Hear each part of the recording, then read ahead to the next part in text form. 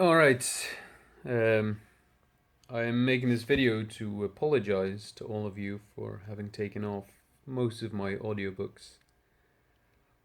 But I had very little choice, as I'm only allowed to use books that are in the public domain, which means books that were published before 1925. And most of the books that were on my channel are not in the public domain, so I had to take them off. For which, again, I would like to apologize sincerely. I am very sorry, but as I said, I had no choice. Um, I read a lot of messages from people saying they were halfway through a book or were really enjoying the book, and I can imagine how annoying it is that all of a sudden you can't finish it. So if you are really desperate for the book, send me a message and I'm sure we can figure something out.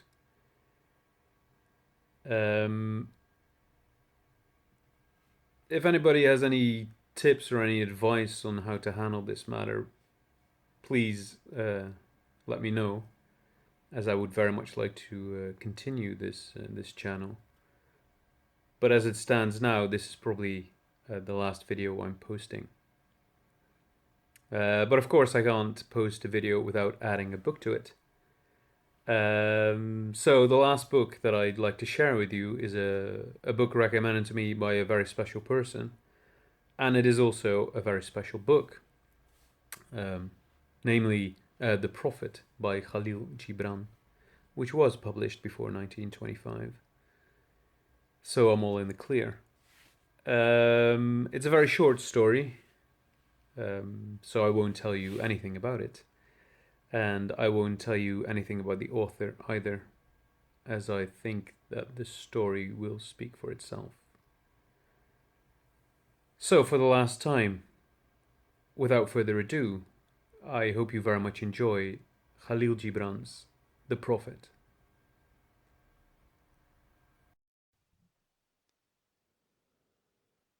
Al-Mustafa, the chosen and the beloved, who was at dawn unto his own day, had waited 12 years in the city of Orphalese for a ship that was to return and bear him back to the isle of his birth. And in the 12th year, on the 7th day of Ailul, the month of reaping, he climbed the hill without the city walls, and looked seaward. And he beheld his ship coming with the mist. Then the gates of his heart were flung open, and his joy flew far over the sea. And he closed his eyes and prayed in the silences of his soul. But as he descended the hill, a sadness came upon him, and he thought in his heart, how shall I go in peace and without sorrow? Nay, not without a wound in the spirit shall I leave this city. Long were the days of pain I have spent within its walls, and long were the nights of aloneness. And who can depart from his pain and his aloneness without regret? Too many fragments of the spirit have I scattered in these streets, and too many are the children of my longing that walk naked among these hills, and I cannot withdraw from them without a burden and an ache. It is not a garment I cast off this day, but a skin that I tear with my own hands. Nor is it a thought I leave behind me, but a heart made sweet with hunger and with thirst. Yet I cannot tarry longer. The sea that calls all things unto her calls me, and I must embark. For to stay, though the hours burn in the night, is to freeze and crystallize and be bound in a mold. Fain would I take with me all that is here. But how shall I? A voice cannot carry the tongue and the lips that gave it wings. Alone must it seek the ether. And alone and without his nest shall the eagle fly across the sun. Now when he reached the foot of the hill, he turned again towards the sea, and he saw his ship approaching the harbour, and upon her prow the mariners, the men of his own land. And his soul cried out to them, and he said, Sons of my ancient mother, you riders of the tides, how often have you sailed in my dreams? And now you come in my awakening, which is my deeper dream. Ready am I to go, and my eagerness with sails full set awaits the wind. Only another breath will I breathe in this still air, only another loving look cast backward, and then I shall stand among you, a seafarer among seafarers. And you, vast sea, sleepless mother, who alone are peace and freedom to the river and the stream, only another winding will this stream make, only another murmur in this glade. And then I shall come to you, a boundless drop to a boundless ocean. And as he walked, he saw from afar men and women leaving their fields and their vineyards, and hastening towards the city gates. And he heard their voices calling his name, and shouting from field to field, telling one another of the coming of a ship. And he said to himself,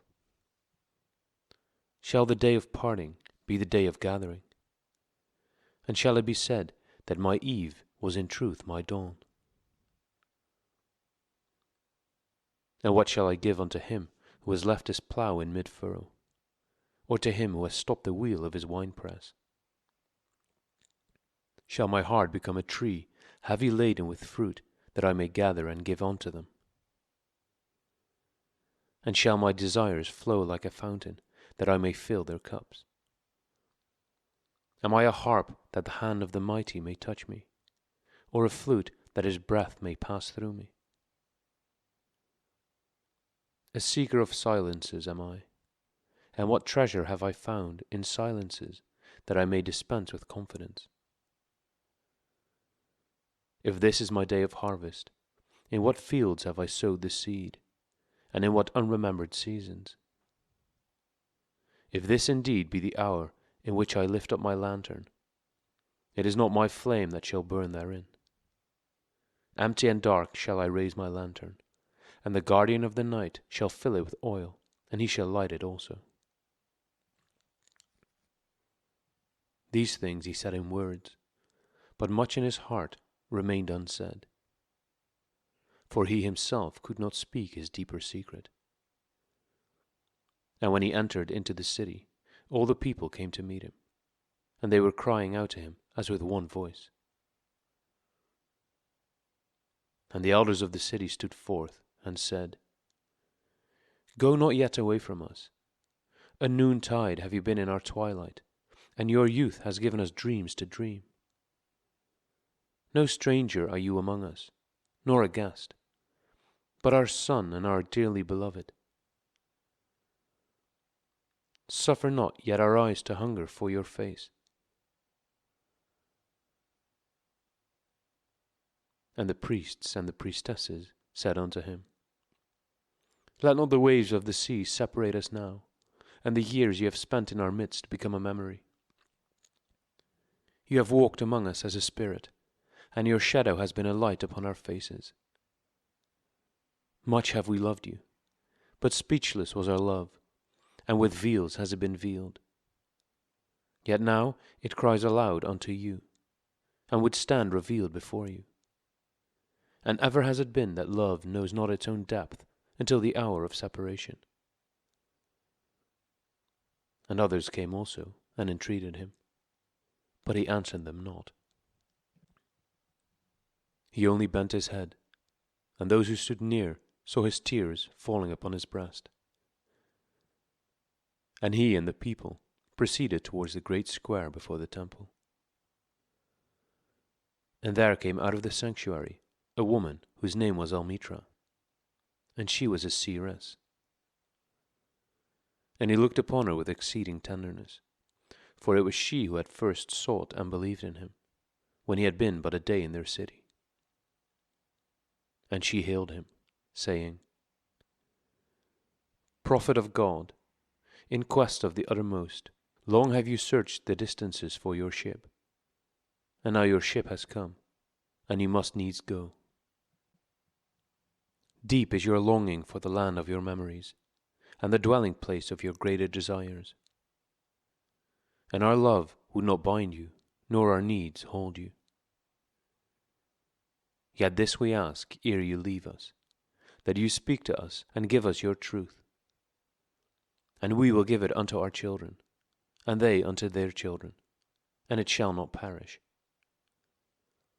In your aloneness you have watched with our days, and in your wakefulness you have listened to the weeping and the laughter of our sleep.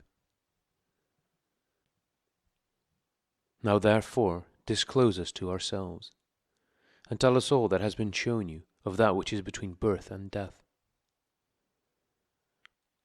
And he answered, People of Orphalese, of what can I speak, save of that which is even now moving within your souls?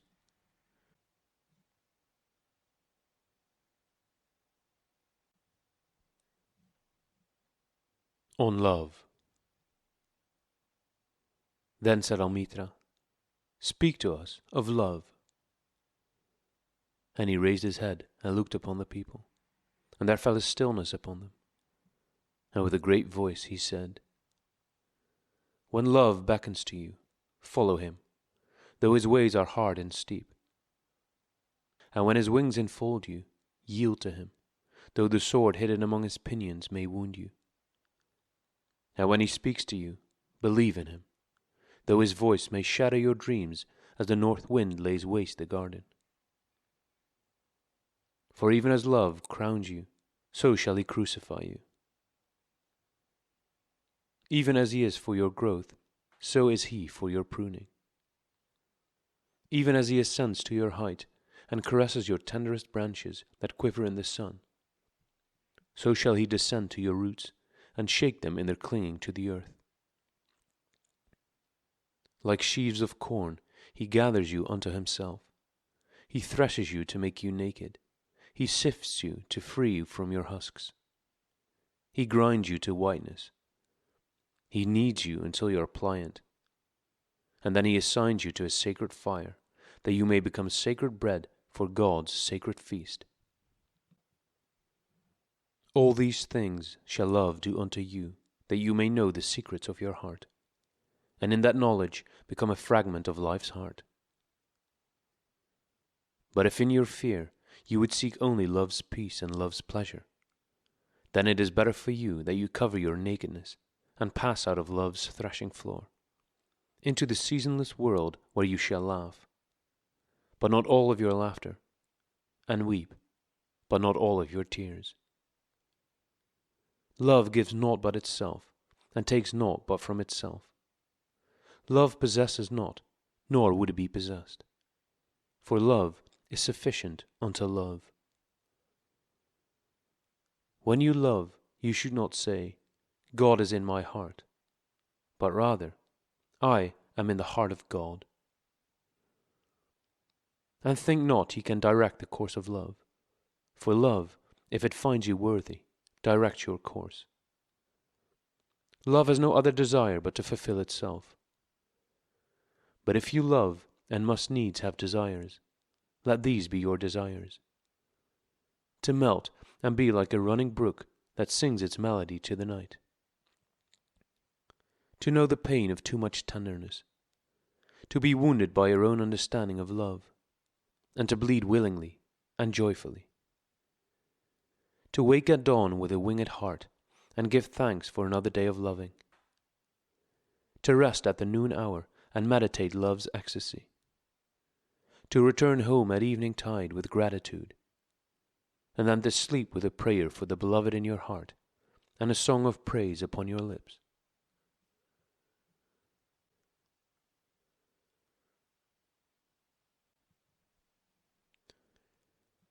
On marriage. Then Almitra spoke again, and said, And what of marriage, master?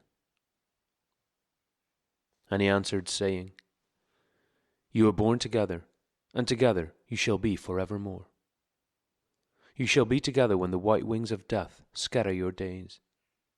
Aye, you shall be together even in the silent memory of God. But let there be spaces in your togetherness, and let the winds of the heavens dance between you. Love one another, but make not a bond of love. Let it rather be a moving sea between the shores of your souls. Fill each other's cup, but drink not from one cup. Give one another of your bread, but eat not from the same loaf. Sing and dance together and be joyous, but let each one of you be alone. Even as the strings of a lute are alone, though they quiver with the same music. Give your hearts, but not into each other's keeping. For only the hand of life can contain your hearts. And stand together, yet not too near together. For the pillars of the temple stand apart, and the oak tree and the cypress grow not in each other's shadow.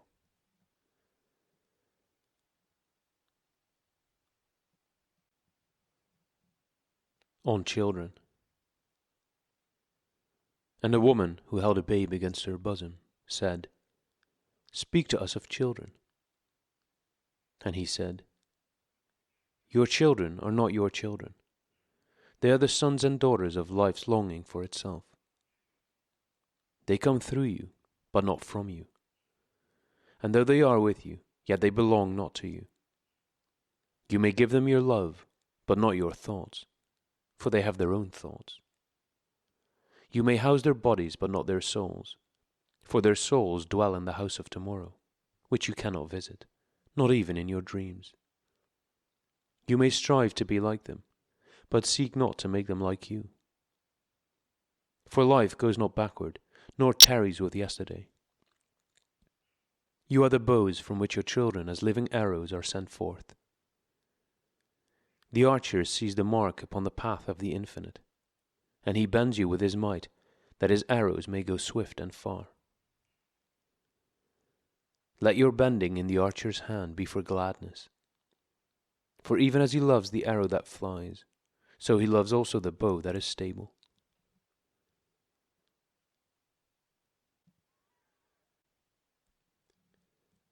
On giving. Then said a rich man, Speak to us of giving. And he answered, You give but little when you give of your possessions. It is when you give of yourself that you truly give. For what are your possessions but things you keep and guard for fear you may need them tomorrow? And tomorrow, what shall tomorrow bring to the overprudent dog, burying bones in the trackless sand as he follows the pilgrims to the holy city? And what is fear of need but need itself? Is not dread of thirst when your well is full, the thirst that is unquenchable? There are those who give little of the much which they have, and they give it for recognition, and their hidden desire makes their gifts unwholesome. And there are those who have little and give it all.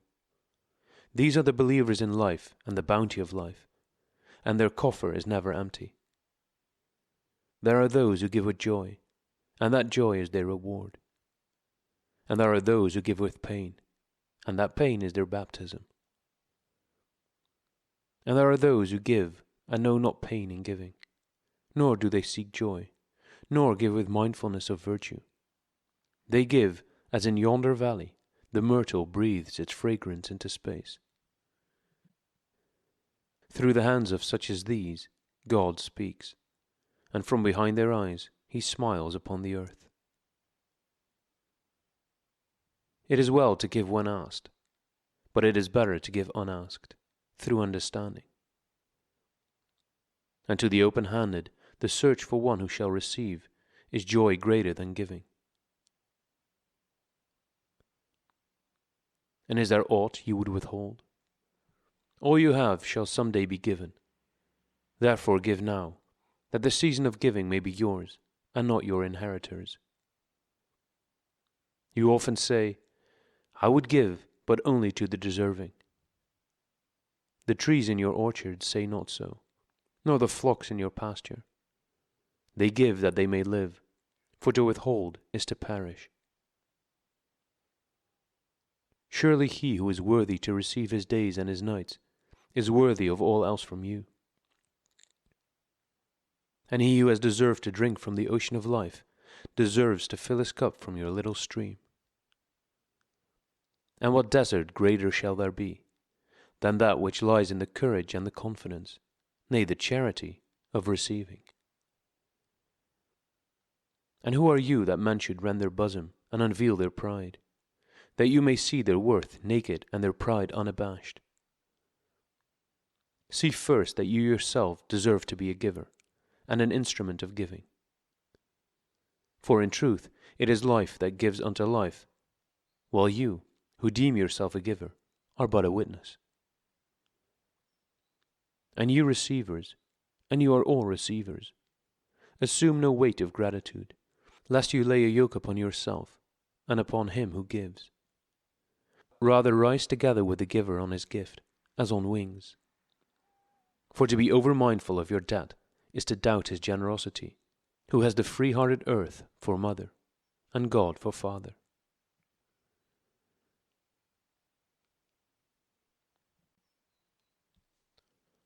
On eating and drinking.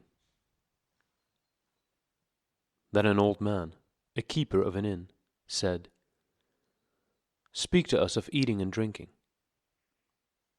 And he said, "Would that you could live on the fragrance of the earth, and like an air plant be sustained by the light.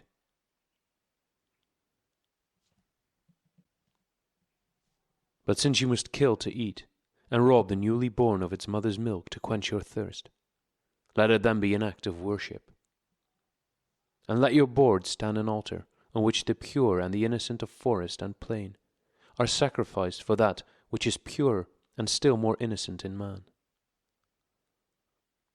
When you kill a beast, say to him in your heart, 'By the same power that slays you, I too am slain, and I too shall be consumed.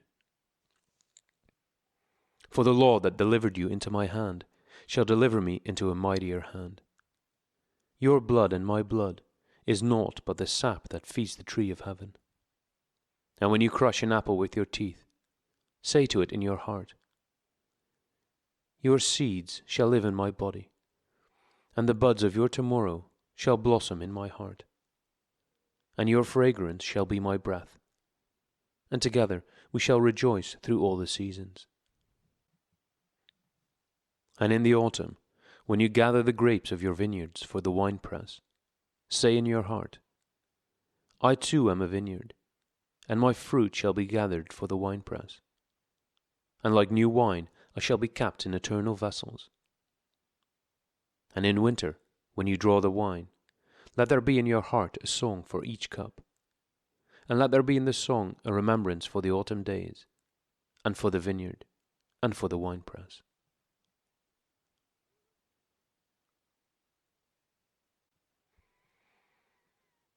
On work.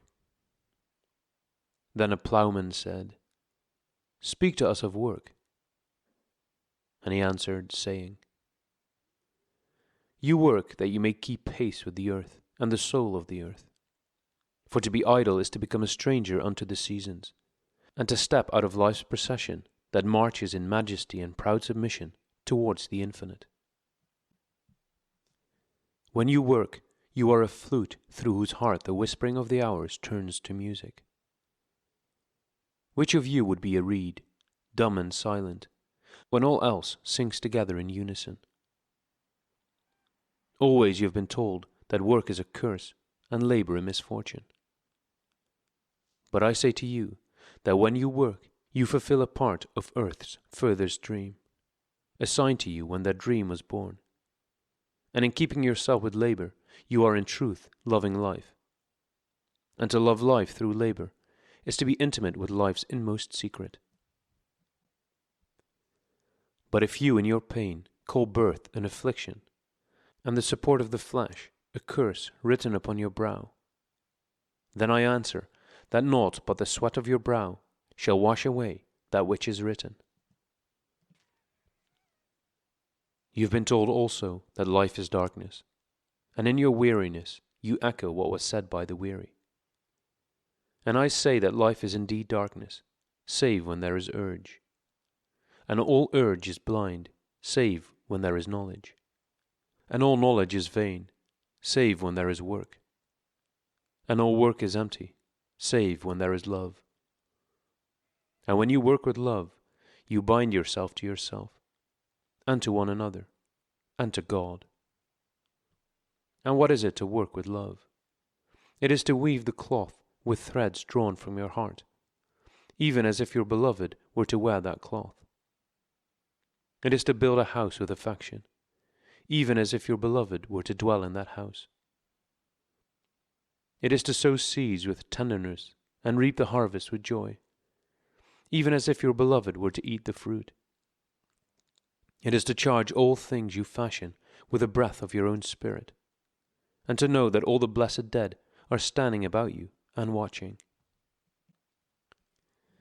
Often have I heard you say, as if speaking in sleep, "He who works in marble and finds the shape of his own soul in the stone is nobler than he who ploughs the soil. And he who seizes the rainbow to lay it on a cloth in the likeness of man is more than he who makes the sandals for our feet." But I say, not in sleep, but in the over-wakefulness of noontide, that the wind speaks not more sweetly to the giant oaks than to the least of all the blades of grass. And he alone is great who turns the voice of the wind into a song made sweeter by his own loving. Work is love made visible. And if you cannot work with love, but only with distaste, it is better that you should leave your work and sit at the gate of the temple and take alms of those who work with joy. For if you bake bread with indifference, you bake a bitter bread that feeds but half man's hunger. And if you grudge the crushing of the grapes, your grudge distills a poison in the wine. And if you sing though as angels, and love not the singing, you muffle man's ears to the voices of the day and the voices of the night.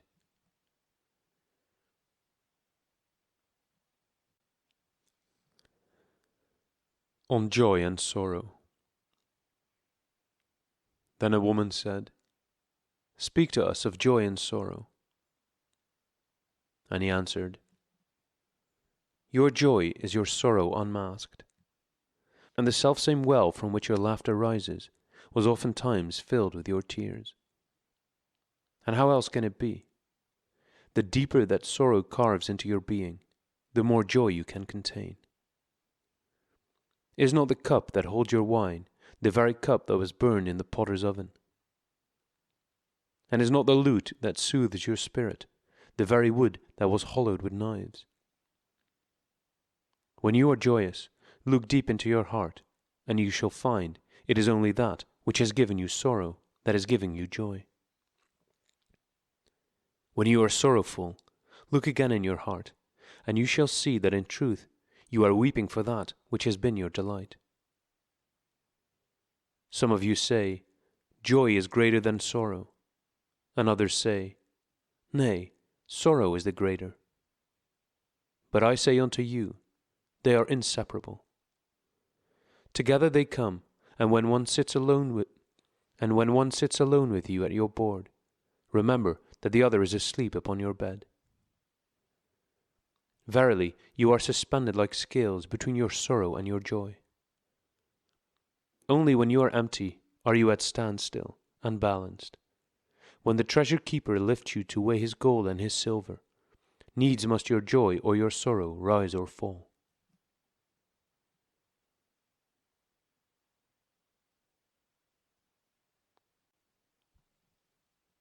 On houses. Then a mason came forth and said, "Speak to us of houses." And he answered and said, "Build of your imaginings a bower in the wilderness, ere you build a house within the city walls. For even as you have homecomings in your twilight, so has the wanderer in you, the ever distant and alone. Your house is your larger body. It grows in the sun and sleeps in the stillness of the night. And it is not dreamless. Does not your house dream, and dreaming, leave the city for grove or hilltop? Would that I could gather your houses into my hand, and like a sower scatter them in forest and meadow. Would the valleys were your streets, and the green paths your alleys, that you might seek one another through vineyards, and come with the fragrance of the earth in your garments. But these things are not yet to be. In their fear your forefathers gathered you too near together, and that fear shall endure a little longer. A little longer shall your city walls separate your hearths from your fields. And tell me, people of Orphalese, what have you in these houses? And what is it you guard with fastened doors? Have you peace, the quiet urge that reveals your power? Have you remembrances, the glimmering arches that span the summits of the mind? Have you beauty that leads the heart from things fashioned of wood and stone to the holy mountain? Tell me, have you these in your houses? Or have you only comfort and the lust for comfort, that stealthy thing that enters the house a guest, and then becomes a host, and then a master? Aye, and it becomes a tamer, and with hook and scourge makes puppets of your larger desires. Though its hands are silken, its heart is of iron. It lulls you to sleep only to stand by your bed and jeer at the dignity of the flesh. It makes mock of your sound senses, and lays them in thistledown like fragile vessels. Verily, the lust for comfort murders the passion of the soul, and then walks grinning in the funeral. But you, children of space, you restless in rest, you shall not be trapped nor tamed. Your house shall not be an anchor, but a mast. It shall not be a glistening film that covers a wound, but an eyelid that guards the eye. You shall not fold your wings that you may pass through doors, nor bend your heads that they strike not against the ceiling, nor fear to breathe lest walls should crack and fall down. You shall not dwell in tombs made by the dead for the living. And though of magnificence and splendor, your house shall not hold your secret, nor shelter your longing. For that which is boundless in you abides in the mansion of the sky, whose door is the morning mist, and whose windows are the songs and the silences of night.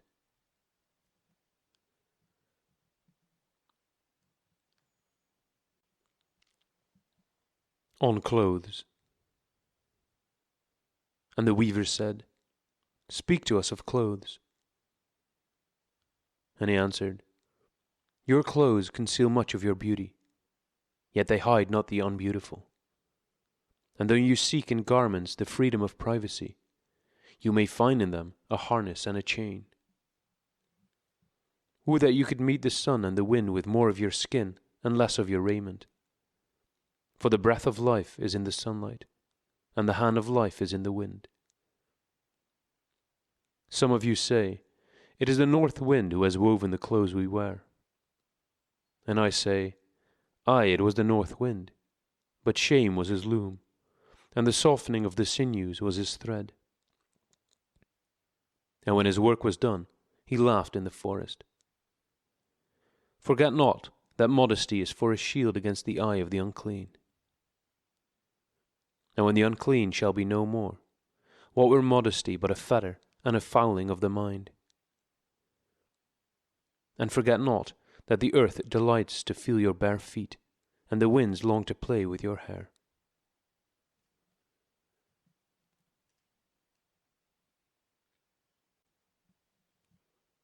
On buying and selling. And a merchant said, Speak to us of buying and selling. And he answered and said, To you the earth yields her fruit, and you shall not want if you but know how to fill your hands. It is in exchanging the gifts of the earth that you shall find abundance and be satisfied. Yet unless the exchange be in love and kindly justice, it will but lead some to greed and others to hunger. When in the marketplace you toilers of the sea and fields and vineyards meet the weavers and the potters and the gatherers of spices, invoke then the master spirit of the earth, to come into your midst and sanctify the scales and the reckoning that weighs value against value. and suffer not the barren-handed to take part in your transactions, who would sell their words for your labor. To such men you should say, "Come with us to the field, or go with our brothers to the sea, and cast your net. For the land and the sea shall be bountiful to you, even as to us." And if there come the singers and the dancers and the flute players, buy of their gifts also. For they too are gatherers of fruit and frankincense. And that which they bring, though fashioned of dreams, is raiment and food for your soul. And before you leave the marketplace, see that no one has gone his way with empty hands. For the master spirit of the earth shall not sleep peacefully upon the wind, till the needs of the least of you are satisfied.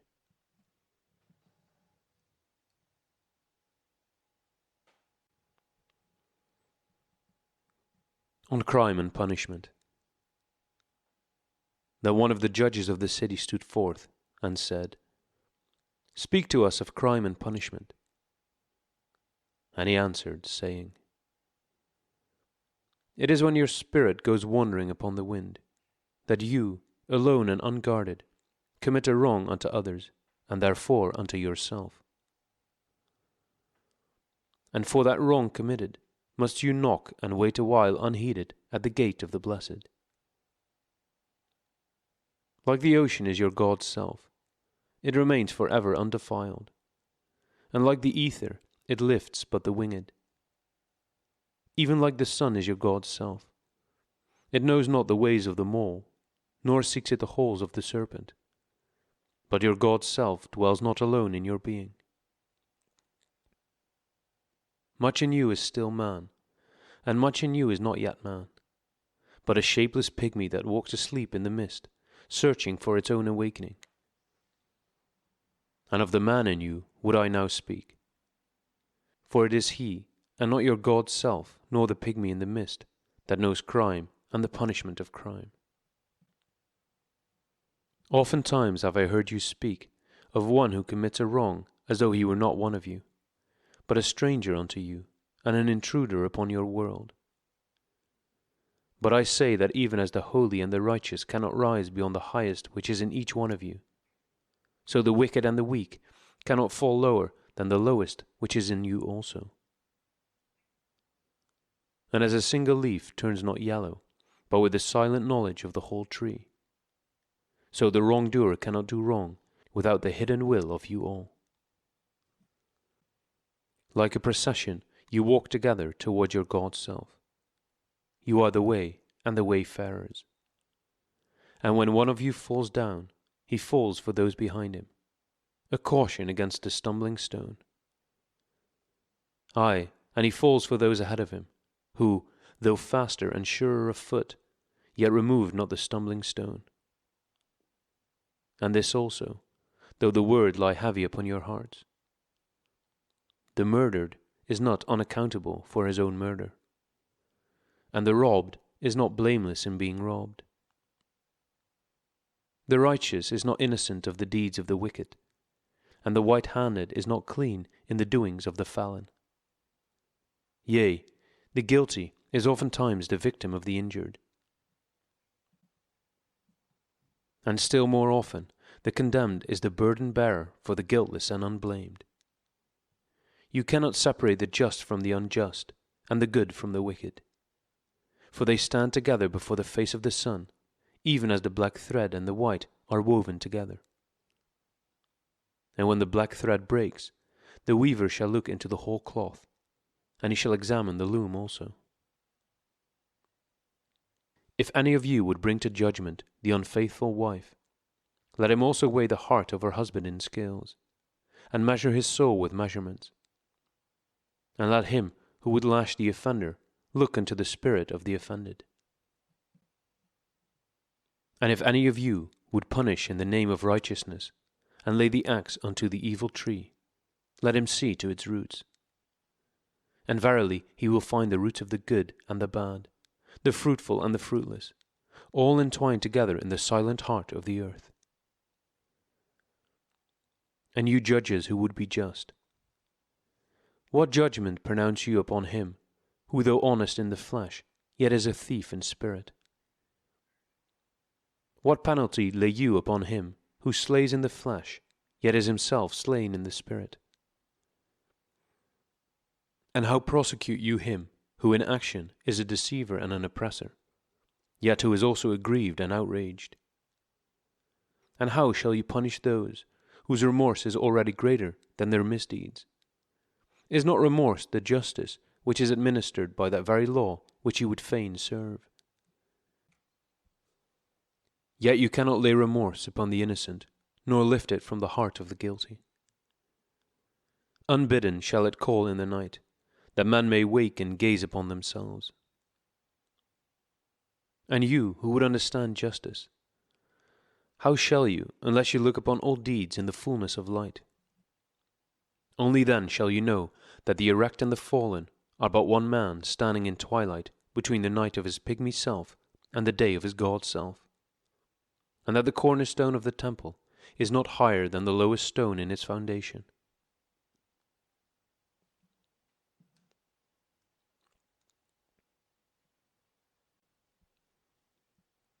On laws.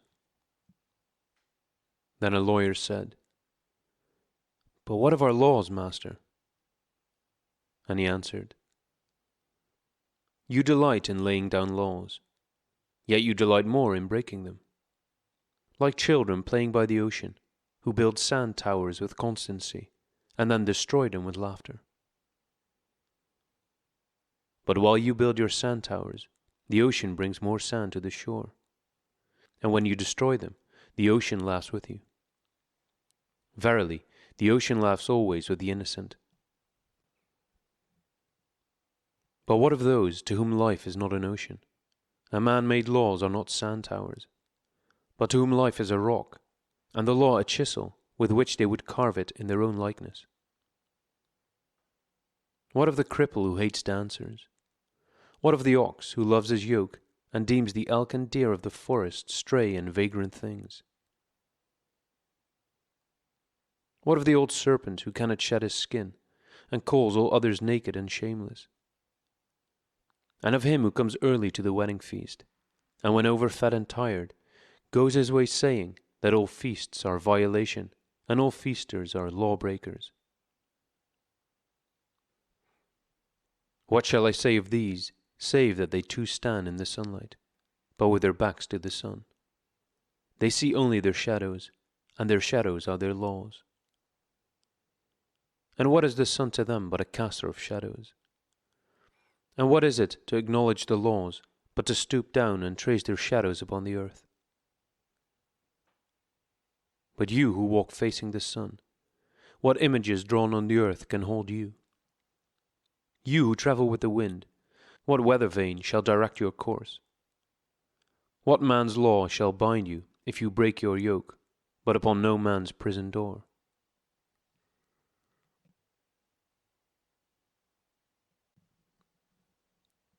On freedom. And an orator said, "Speak to us of freedom." And he answered, "At the city gate and by your fireside, I have seen you prostrate yourself and worship your own freedom, even as slaves humble themselves before a tyrant and praise him though he slays them. Aye, in the grove of the temple and in the shadow of the citadel, I have seen the freest among you wear their freedom as a yoke and a handcuff. And my heart bled within me. For you can only be free when even the desire of seeking freedom becomes a harness to you, and when you cease to speak of freedom as a goal and a fulfillment.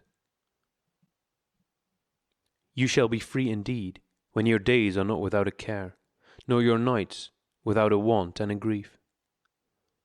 But rather, when these things girdle your life, and yet you rise above them naked and unbound. What law shall you fear if you dance but stumble against no man's iron chains? And who is he that shall bring you to judgment if you tear off your garment, yet leave it in no man's path? People of Orphalese, you can muffle the drum, and you can loosen the strings of the lyre, but who shall command the skylark not to sing? And how shall you rise beyond your days and nights, unless you break the chains which you at the dawn of your understanding have fastened around your noon hour. In truth, that which you call freedom is the strongest of these chains, though its links glitter in the sun and dazzle your eyes. Now what is it but fragments of your own self you would discard that you may become free? If it is an unjust law you would abolish, that law was written with your own hand upon your own forehead. You cannot erase it by burning your law books, nor by washing the foreheads of your judges, though you pour the sea upon them. And if it is a despot you would dethrone, see first that his throne erected within you is destroyed. For how can a tyrant rule the free and the proud, but for a tyranny in their own freedom and a shame in their own pride?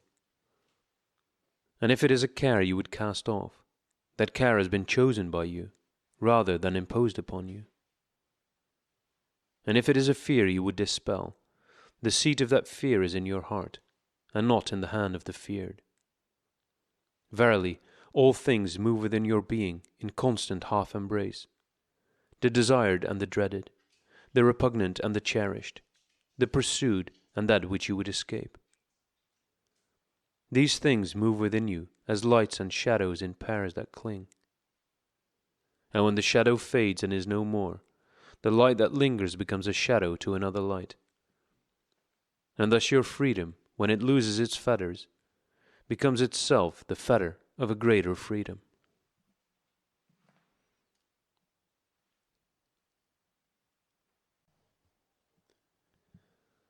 On reason and passion. And the priestess spoke again and said, Speak to us of reason and passion. And he answered, saying, Your soul is oftentimes a battlefield, upon which your reason and your judgment wage war against your passion and your appetite.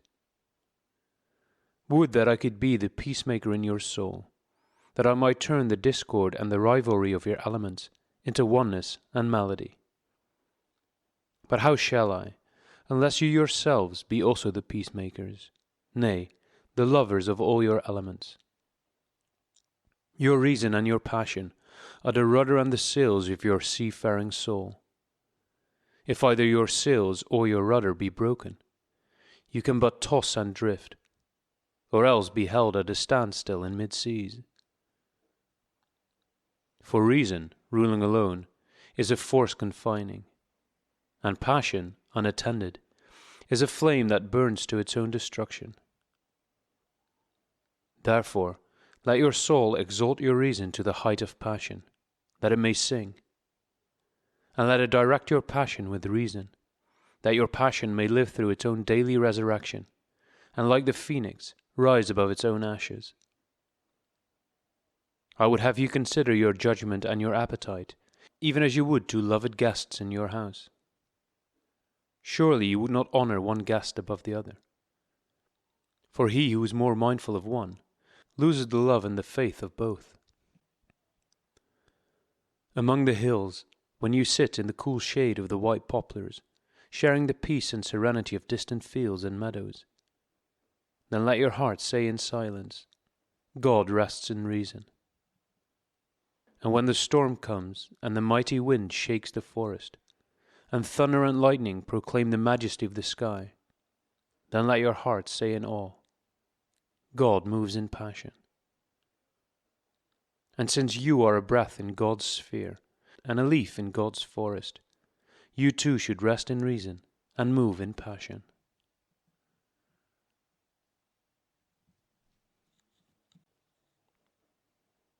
On pain. And a woman spoke, saying, Tell us of pain.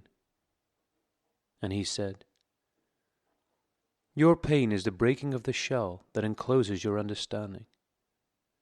Even as the stone of the fruit must break, that its heart may stand in the sun, so must you know pain. And could you keep your heart in wonder at the daily miracles of your life, your pain would not seem less wondrous than your joy. And you would accept the seasons of your heart, even as you have always accepted the seasons that pass over your fields. and you would watch with serenity through the winters of your grief. Much of your pain is self-chosen. It is the bitter potion by which the physician within you heals your sick self. Therefore trust the physician, and drink his remedy in silence and tranquility. For his hand, though heavy and hard, is guided by the tender hand of the unseen. And the cup he brings, though it burns your lips, has been fashioned of the clay which the potter has moistened with his own sacred tears.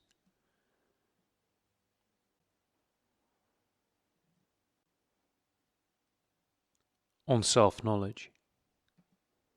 And a man said, Speak to us of self-knowledge.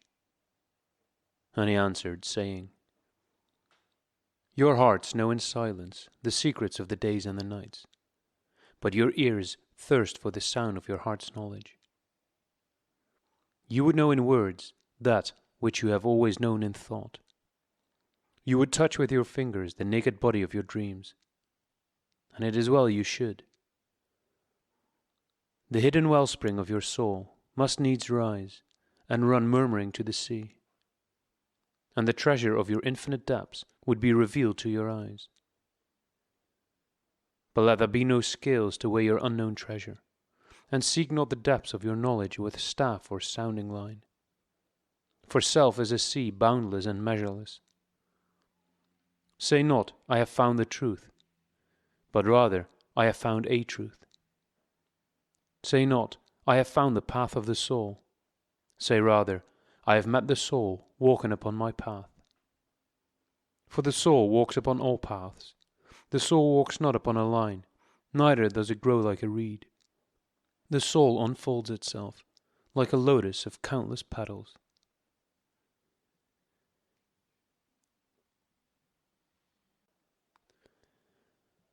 On teaching. Then said a teacher, Speak to us of teaching. And he said, No man can reveal to you aught but that which already lies half asleep in the dawning of your knowledge. The teacher who walks in the shadow of the temple among his followers gives not of his wisdom, but rather of his faith and his lovingness. If he is indeed wise, he does not bid you enter the house of his wisdom, but rather leads you to the threshold of your own mind. The astronomer may speak to you of his understanding of space, but he cannot give you his understanding. The musician may sing to you of the rhythm which is in all space, but he cannot give you the ear which arrests the rhythm, nor the voice that echoes it. And he who is versed in the signs of numbers can tell of the regions of weight and measure, but he cannot conduct you thither. For the vision of one man lends not its wings to another man. And even as each one of you stands alone in God's knowledge, so must each one of you be alone in his knowledge of God and in his understanding of the earth.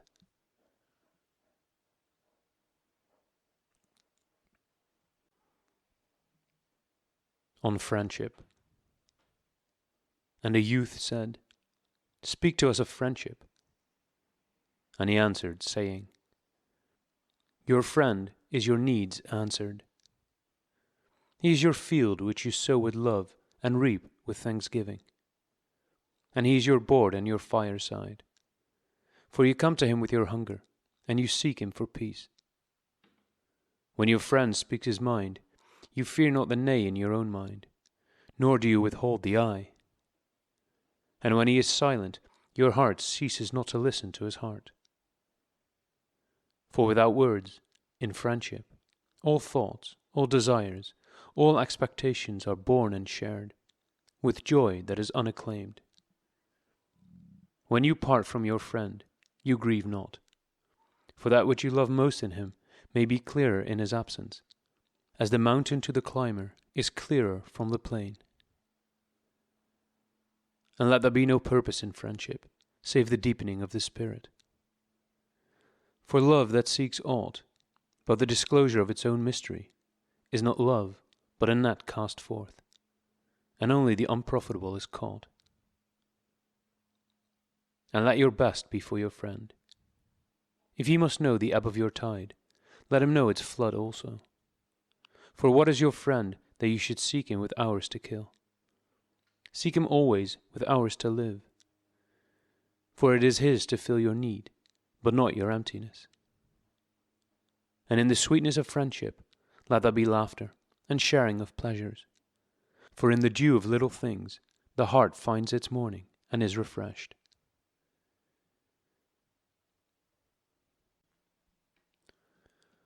On talking. And then a scholar said, "Speak of talking." And he answered, saying, "You talk when you cease to be at peace with your thoughts. And when you can no longer dwell in the solitude of your heart, you live in your lips. And sound is a diversion and a pastime.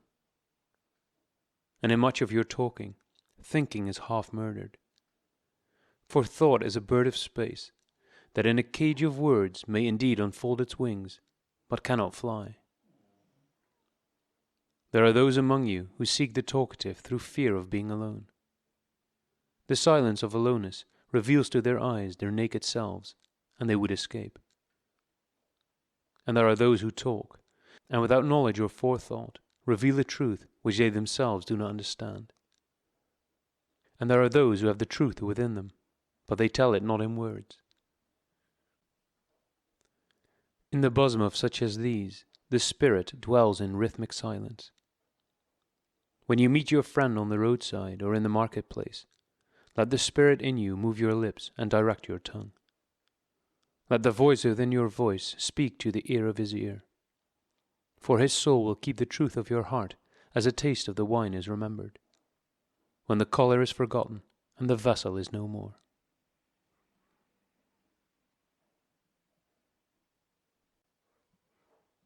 On time. And an astronomer said, "Master, what of time?" And he answered, "You would measure time, the measureless and the immeasurable. You would adjust your conduct and even the direct course of your spirit according to hours and seasons. Of time you would make a stream upon whose bank you would sit and watch its flowing. Yet the timeless in you is aware of life's timelessness, and knows that yesterday is but today's memory, and tomorrow is today's dream. And that which sings and contemplates in you is still dwelling within the bounds of that first moment which scattered the stars into space. Who among you does not feel that his power to love is boundless? And yet who does not feel that very love, though boundless, encompassed within the center of his being, and moving not from love thought to love thought, nor from love deeds to other love deeds? And is not time even as love is, undivided and paceless? But if in your thought you must measure time into seasons, let each season encircle all the other seasons, and let today embrace the past with remembrance and the future with longing.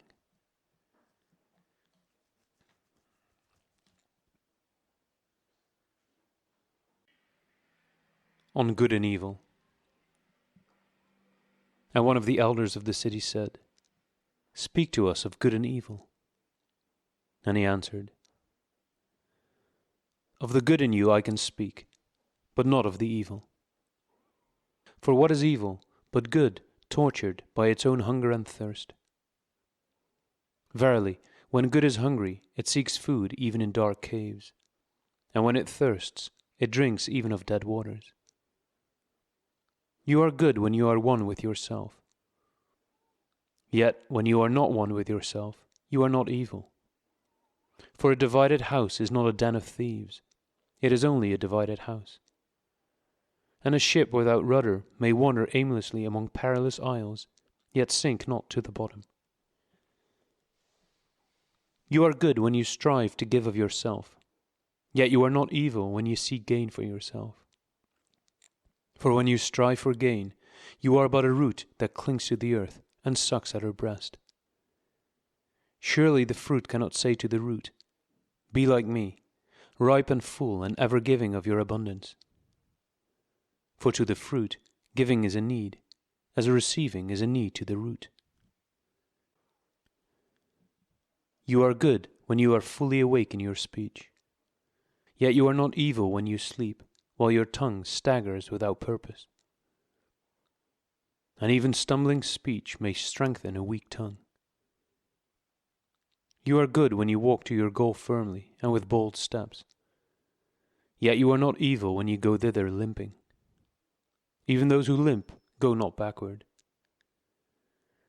But you who are strong and swift, see that you do not limp before the lame, deeming it kindness.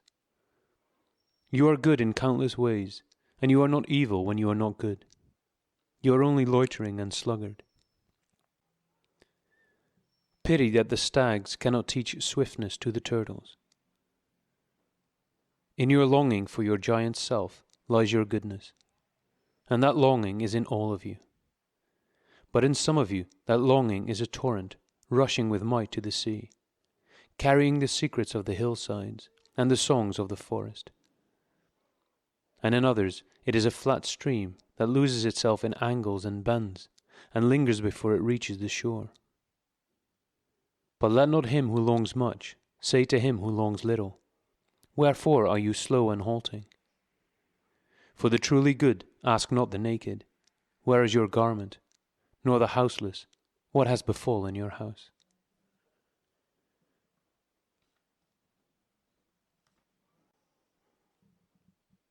On prayer. Then a priestess said, Speak to us of prayer. And he answered, saying, You pray in your distress and in your need. Would that you might pray also in the fullness of your joy and in your days of abundance. For what is prayer but the expansion of yourself into the living ether? And if it is for your comfort to pour your darkness into space, it is also for your delight to pour forth the dawning of your heart. And if you cannot but weep when your soul summons you to prayer, she should spur you again and yet again, the weeping, until you shall come laughing. When you pray, you rise to meet in the air those who are praying at that very hour, and whom save in prayer you may not meet. Therefore, let your visit to that temple invisible be for naught but ecstasy and sweet communion. For if you should enter the temple for no other purpose than asking, you shall not receive. And if you should enter into it to humble yourself, you shall not be lifted.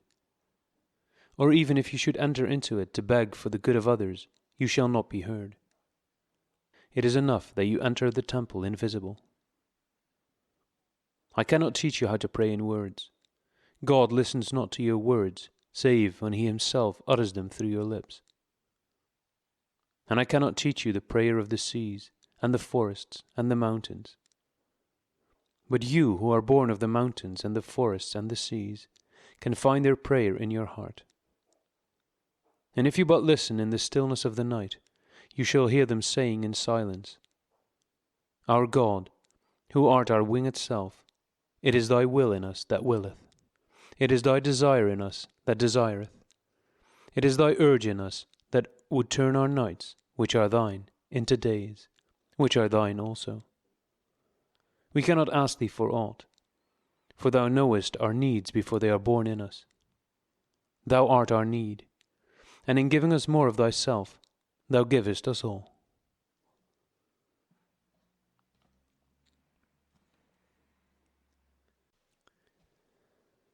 On pleasure. Then a hermit, who visited the city once a year, came forth and said, Speak to us of pleasure. And he answered, saying, Pleasure is a freedom song, but it is not freedom. It is the blossoming of your desires, but it is not their fruit. It is a depth calling unto a height, but it is not the deep nor the high.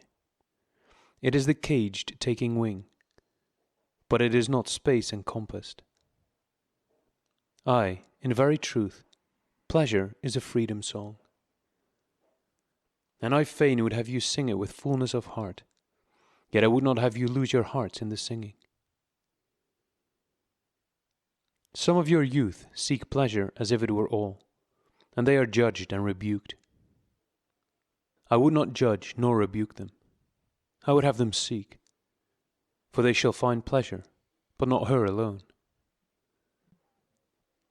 7 are her sisters, and the least of them is more beautiful than pleasure. Have you not heard of the man who was digging in the earth for roots and found a treasure? And some of your elders remember pleasures with regret, like wrongs committed in drunkenness. But regret is the beclouding of the mind, and not its chastisement. They should remember their pleasures with gratitude, as they would the harvest of a summer. Yet if it comforts them to regret, let them be comforted. And there are among you those who are neither young to seek, nor old to remember. And in their fear of seeking and remembering, they shun all pleasures, lest they neglect the Spirit or offend against it. But even in their foregoing is their pleasure, and thus they too find a treasure, though they dig for roots with quivering hands. But tell me, who is he that can offend the Spirit? Shall the nightingale offend the stillness of the night, or the firefly the stars? And shall your flame or your smoke burden the wind? Think you the Spirit is a still pool, which you can trouble with a staff? Oftentimes, in denying yourself pleasure, you do but store the desire in the recesses of your being. Who knows but that which seems omitted today waits for tomorrow? Even your body knows its heritage and its rightful need, and will not be deceived. And your body is the harp of your soul, and it is yours to bring forth sweet music from it, or confused sounds. And now you ask in your heart, how shall we distinguish that which is good in pleasure from that which is not good? Go to your fields and your gardens, and you shall learn that it is the pleasure of the bee to gather honey of the flower, but it is also the pleasure of the flower to yield its honey to the bee. For to the bee a flower is a fountain of life, and to the flower a bee is a messenger of love. And to both, bee and flower, the giving and the receiving of pleasure is a need and an ecstasy. People of Orphalese, be in your pleasures like the flowers and the bees.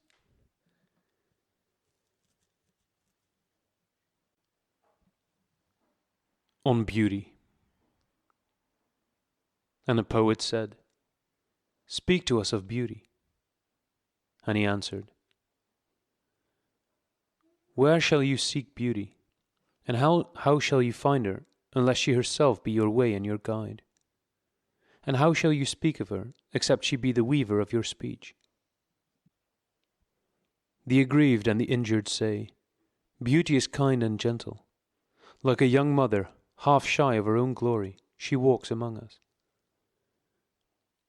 And the passionate say, "Nay, beauty is a thing of might and dread. Like the tempest, she shakes the earth beneath us and the sky above us." The tired and the weary say, "Beauty is of soft whisperings. She speaks in our spirit. Her voice yields to our silences like a faint light that quivers in fear of the shadow." But the restless say, "We have heard her shouting among the mountains, and with her cries came the sound of hoofs, and the beating of wings, and the roaring of lions." At night the watchmen of the city say, "Beauty shall rise with the dawn from the east." And at noontide the toilers and the wayfarers say, "We have seen her leaning over the earth from the windows of the sunset." In winter say the snowbound, "She shall come with the spring leaping upon the hills." And in the summer heat the reapers say, "We have seen her dancing with the autumn leaves, and we saw a drift of snow in her hair." And that which is neither deed nor reflection, but a wonder and a surprise ever springing in the soul, even while the hands hew the stone or tend the loom. All these things have you said of beauty. Yet in truth you spoke not of her, but of needs unsatisfied. And beauty is not a need, but an ecstasy. It is not a mouth thirsting, nor an empty hand stretched forth, but rather a heart inflamed and a soul enchanted. It is not the image you would see, nor the song you would hear, but rather an image you see, though you close your eyes, and a song you hear, though you shut your ears. It is not the sap within the furrowed bark, nor a wing attached to a claw, but rather a garden forever in bloom, and a flock of angels forever in flight. People of Orphalese, beauty is life when life unveils her holy face. But you are life, and you are the veil. Beauty is eternity gazing at itself in a mirror. But you are eternity, and you are the mirror.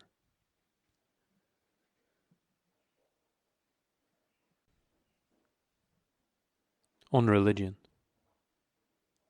And an old priest said, "Speak to us of religion." And he said, "Have I spoken this day of aught else? Is not religion all deeds and all reflection? Who can separate his faith from his actions, or his belief from his occupations? Who can spread his hours before him, saying, 'This for God and this for myself, this for my soul and this other for my body'? All your hours are wings that beat through space from self to self. He who wears his morality but as his best garment were better naked. The wind and the sun will tear no holes in his skin.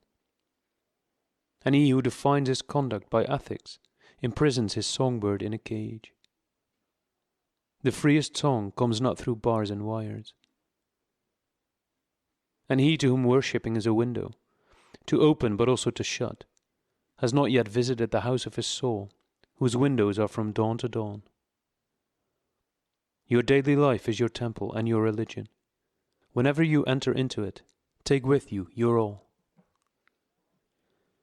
Take the plough and the forge, and the mallet and the lute, the things you have fashioned in necessity or for delight. For in reverie you cannot rise above your achievements, nor fall lower than your failures. And take with you all men, for in adoration you cannot fly higher than their hopes, nor humble yourself lower than their despair. And if you would know God, be not therefore a solver of riddles. Rather look about you, and you shall see him playing with your children. And look into space, you shall see him walking in the cloud, outstretching his arms in the lightning, and descending in rain. You shall see him smiling in flowers, then rising and waving his hands in trees.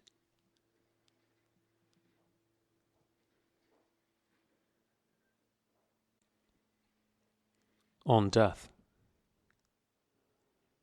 Then Almitra spoke, saying, "We would ask now of death." And he said,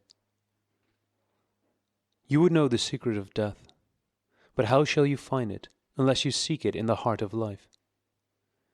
The owl, whose night-bound eyes are blind unto the day, cannot unveil the mystery of light. If you would indeed behold the spirit of death, open your heart wide unto the body of life. For life and death are one, even as the river and the sea are one. In the depth of your hopes and desires lies your silent knowledge of the beyond. And like seeds dreaming beneath the snow, your heart dreams of spring. Trust the dreams, for in them is hidden the gate to eternity. Your fear of death is but the trembling of the shepherd when he stands before the king, whose hand is to be laid upon him in honor. Is the shepherd not joyful beneath his trembling, that he shall wear the mark of the king? Yet is he not more mindful of his trembling? For what is it to die but to stand naked in the wind and to melt into the sun? And what is it to cease breathing but to free the breath from its restless tides, that it may rise and expand and seek God unencumbered? Only when you drink from the river of silence shall you indeed sing. And when you have reached the mountain top, then you shall begin to climb. And when the earth shall claim your limbs, then shall you truly dance.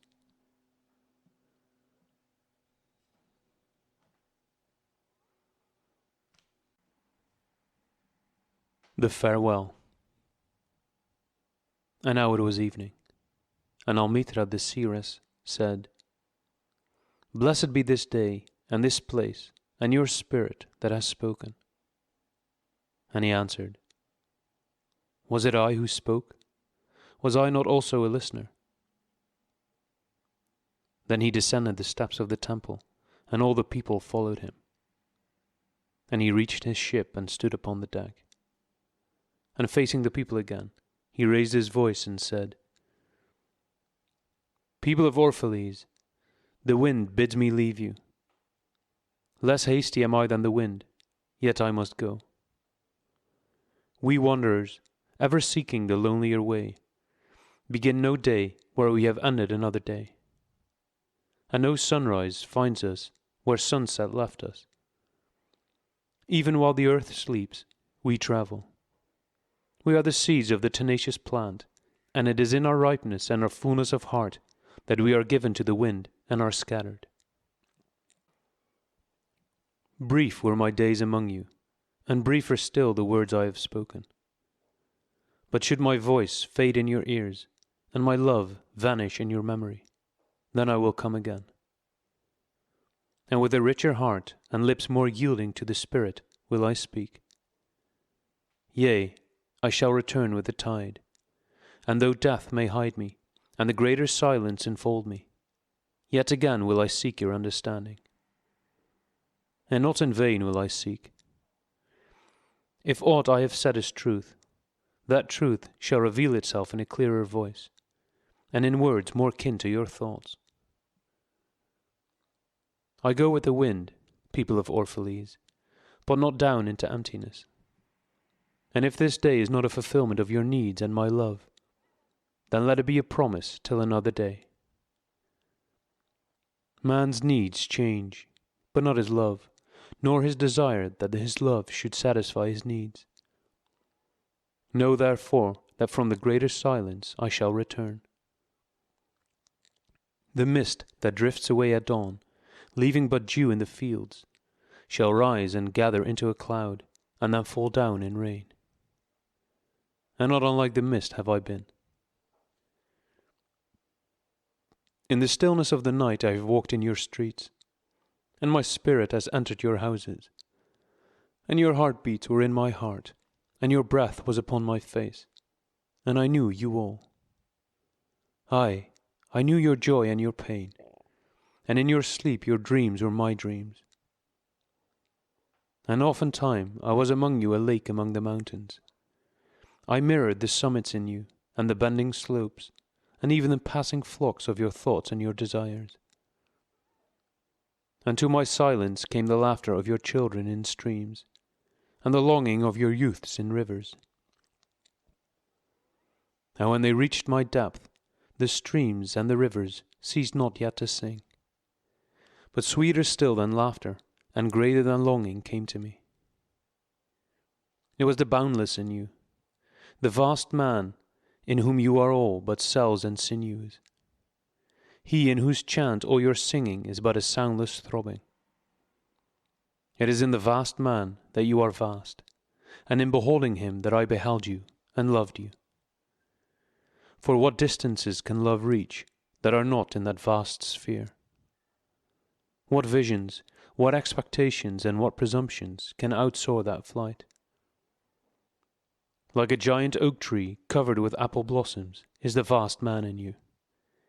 His might binds you to the earth, his fragrance lifts you into space, and in his durability you are deathless. You have been told that, even like a chain, you are as weak as your weakest link. This is but half the truth. You are also as strong as your strongest link. To measure you by your smallest deed is to reckon the power of ocean by the frailty of its foam. To judge you by your failures is to cast blame upon the seasons for their inconstancy. Aye, you are like an ocean, and though heavy grounded ships await the tide upon your shores, yet, even like an ocean, you cannot hasten your tides. And like the seasons you are also, and though in your winter you deny your spring, yet spring, reposing within you, smiles in her drowsiness and is not offended. Think not I say these things in order that you may say the one to the other, He praised us well. He saw but the good in us. I only speak to you in words of that which you yourselves know in thought. And what is word knowledge but a shadow of wordless knowledge?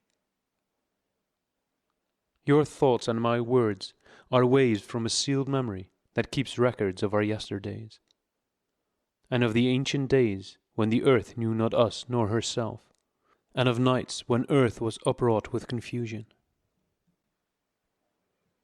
Wise men have come to you to give you of their wisdom.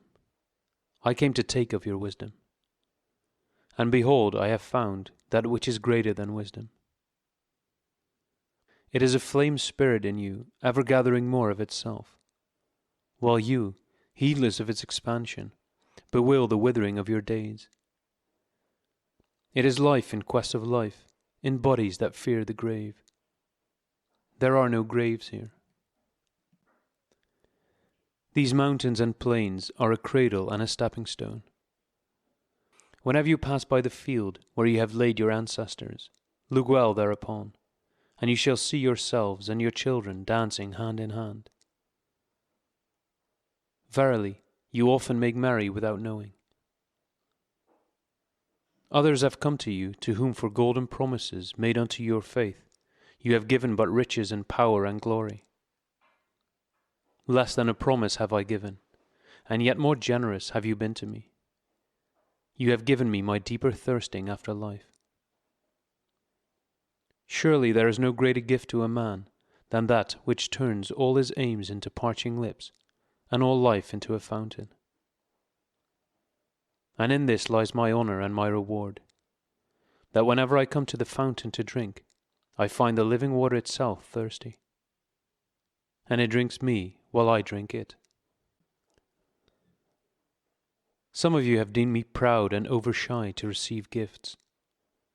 Too proud indeed am I to receive wages, but not gifts. And though I have eaten berries among the hills when you would have had me sit at your board, and slept in the portico of the temple when you would gladly have sheltered me, yet it was not your loving mindfulness of my days and my nights that made food sweet to my mouth and girdled my sleep with visions. For this I bless you most. You give much, and know not that you give at all.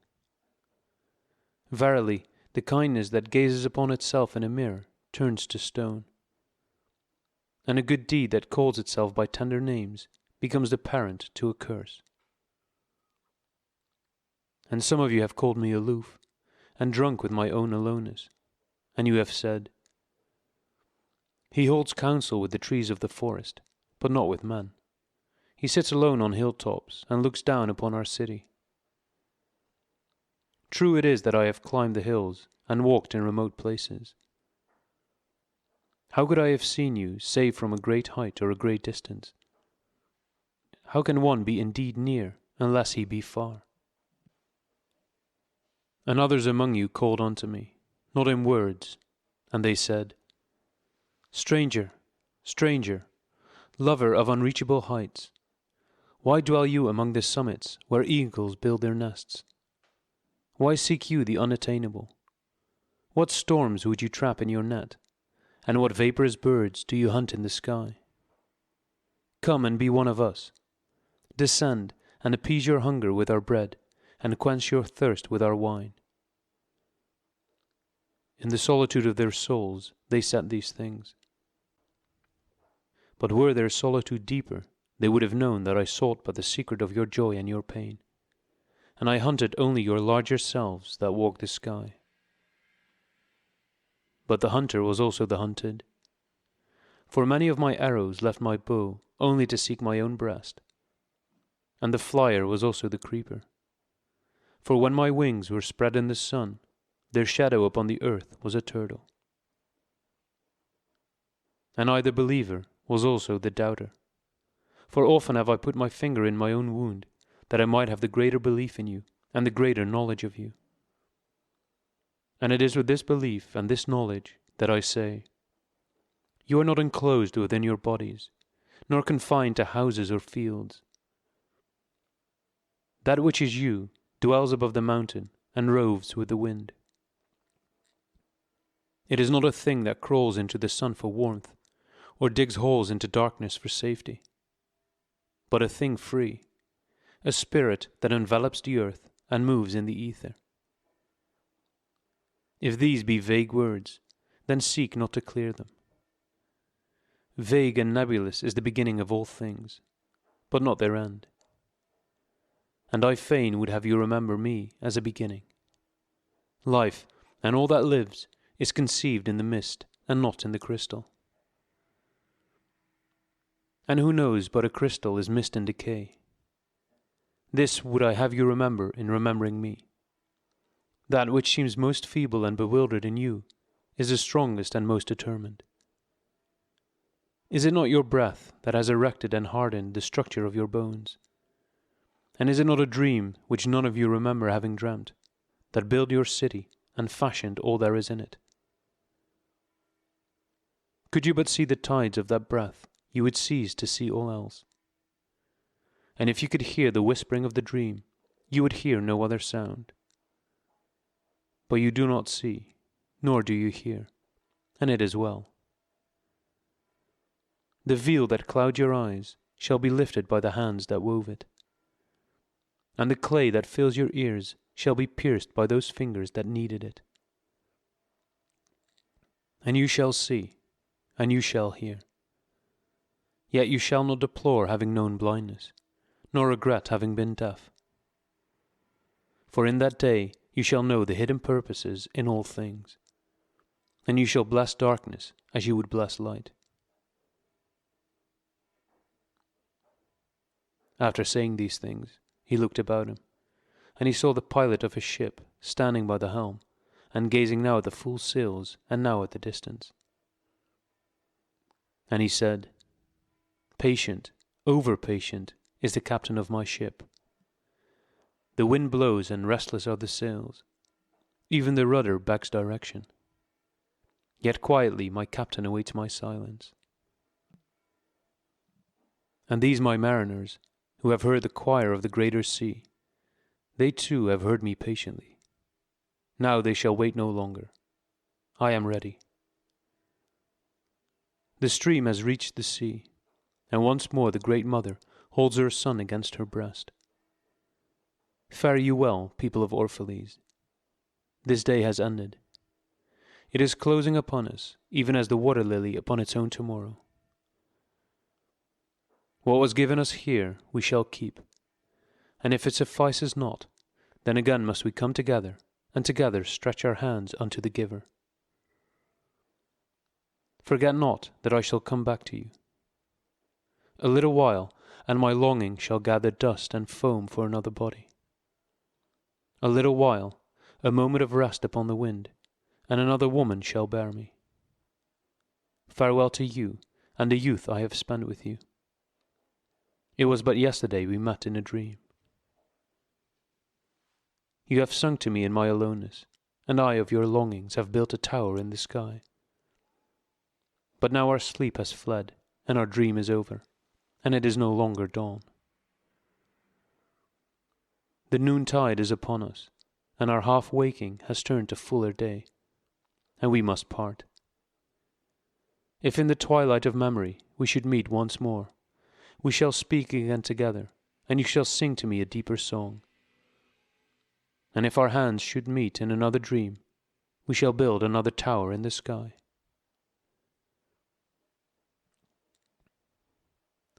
So saying, he made a signal to the seamen, and straightway they weighed anchor and cast the ship loose from its moorings, and they moved eastward.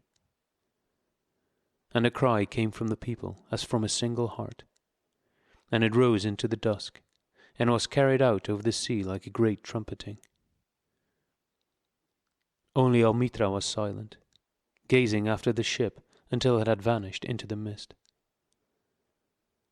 And when all the people were dispersed, she still stood alone upon the sea-wall, remembering in her heart his saying. A little while, a moment of rest upon the wind, and another woman shall bear me.